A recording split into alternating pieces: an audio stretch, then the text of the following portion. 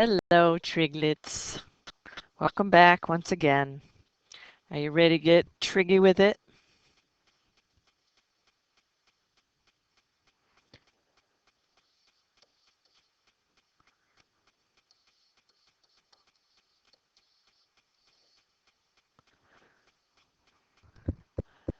All right, today we're going to talk about trig identities. Trig identities. Trig identities are true for all thetas that are defined. That just means if you put an angle in, you should be able to get a normal answer out. All right, you already know some of these trig identities, sine, cosine, and tangent. You know that cosecant is 1 over the sine. That's true for all thetas that are legal. Secant is 1 over cosine. You know that cotangent is cosine over sine or 1 over the tangent. Don't forget your thetas. You also know that tangent of theta is sine over cosine.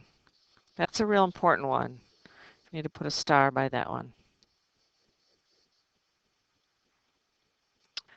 Now, think about circle, not a square, a circle, and the radius is 1. So I can make the radius 1 here. Let's change this to x and this to y. Looking at this, is it true that x squared plus y squared equals 1 squared? Yes, it is. Of course it is. Now, in our dealings, the x is really the cosine, so I'm going to replace cosine, or replace x with the cosine. I'm going to replace y with the sine, and we get a very, very, very important identity. So put 2 stars next to that one. This one shows up on the ACT and all over the place all the time. So cosine squared plus sine squared equals 1. That's big.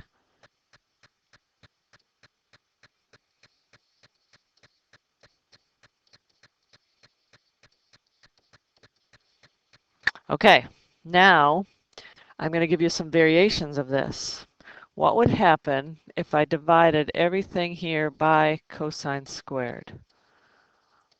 We can do that as long as we do it to everything. We can divide everything by one number and it hasn't changed the integrity of it.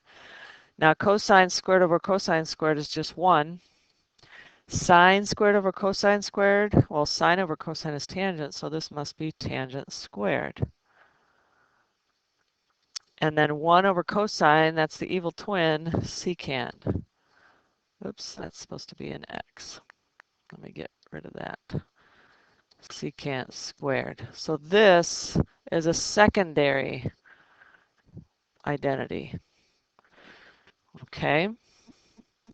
Now the third one, let me just write these again.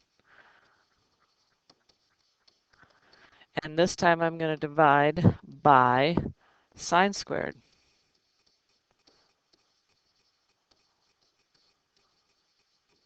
And let's see what happens here. So cosine over sine is actually cotangent squared.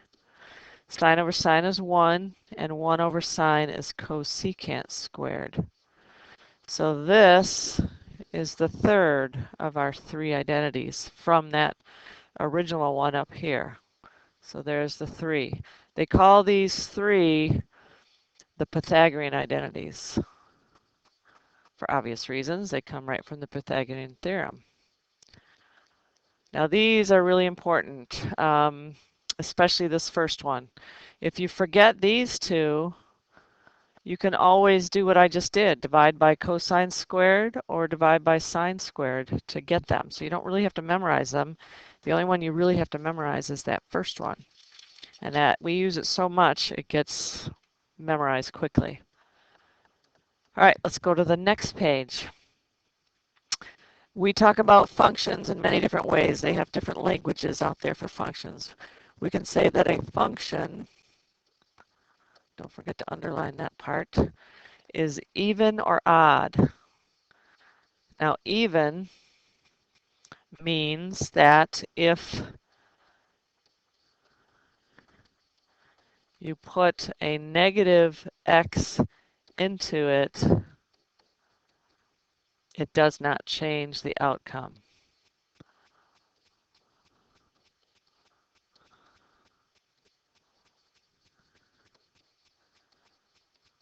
Now, let me give you a for instance.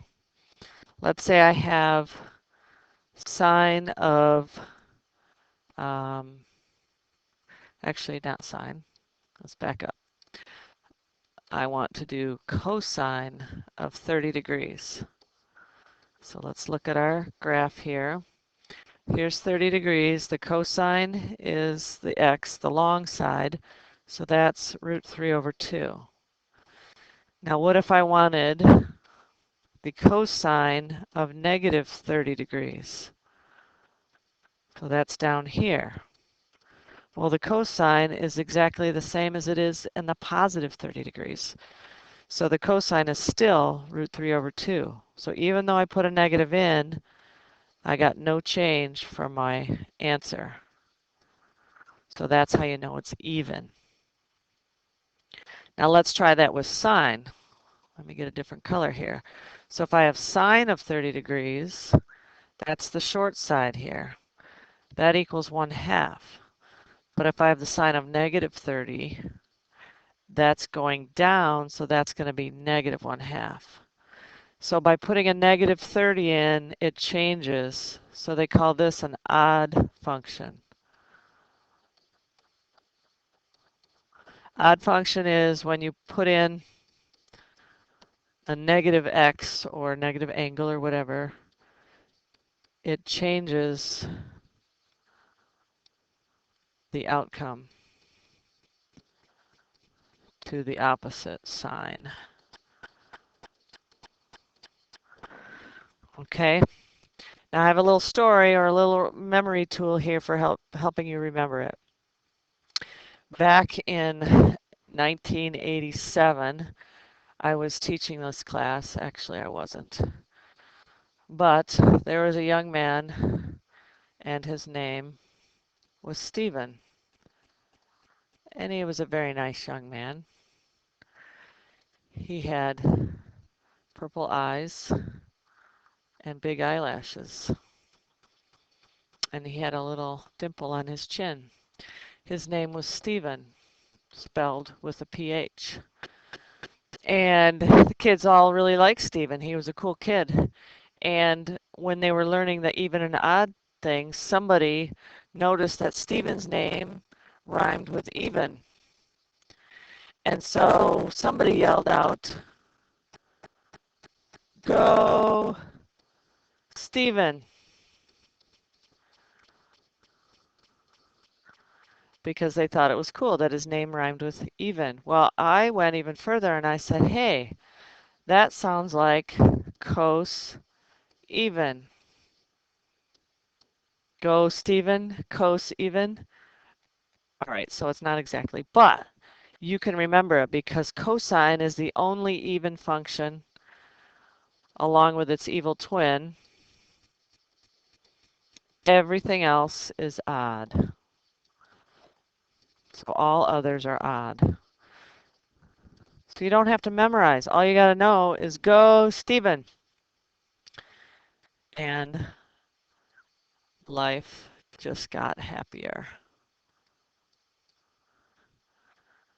Little sparkle. Bling. All right, so go, Stephen. Cos even. You can remember that. And so you will need that. All right, a couple little examples here. If I have, let me get a different color. Back.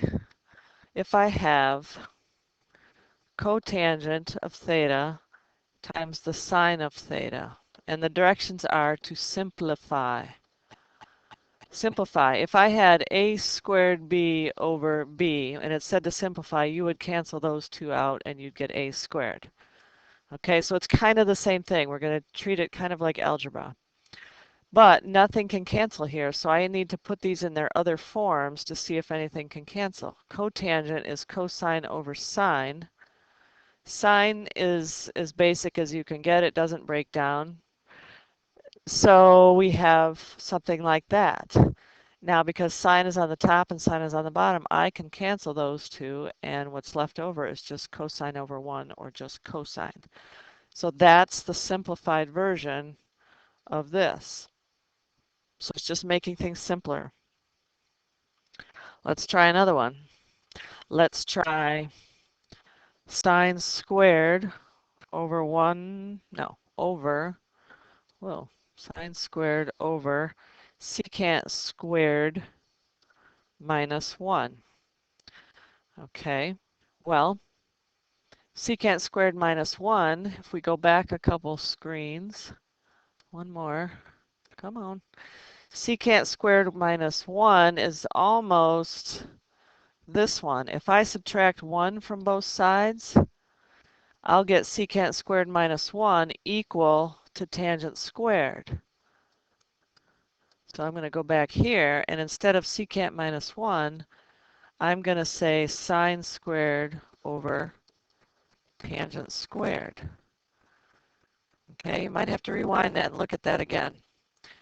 Now, this is not as simple as it can get either, because tangent squared has another version.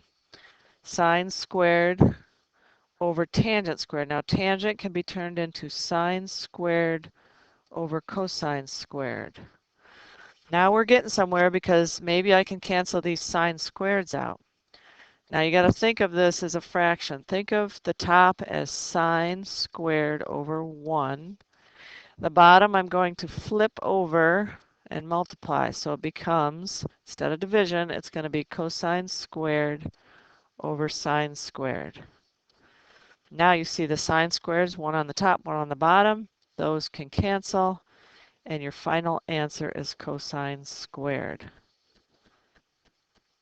All right, so that is something you're going to get used to. It's all algebra, but you're using weird symbols, sine and tangent and all kinds of other ones.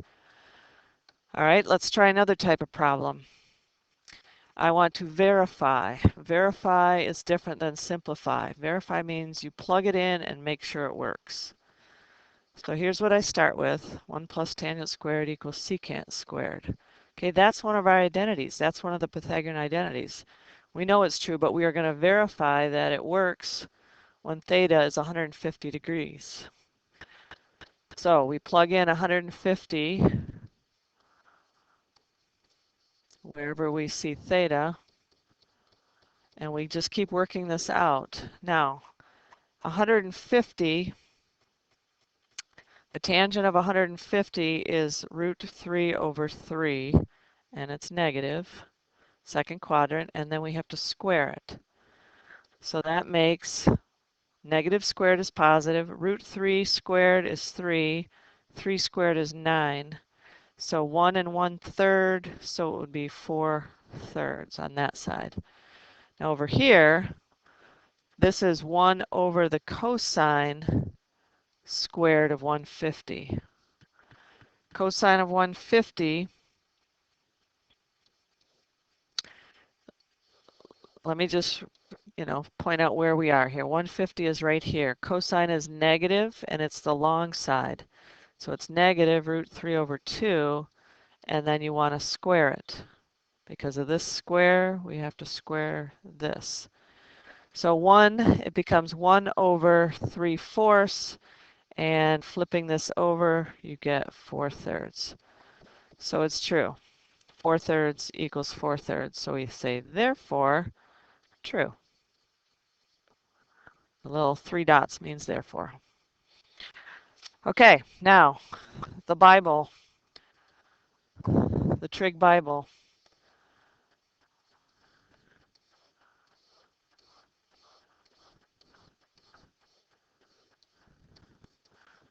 Trig Bible is on page 168.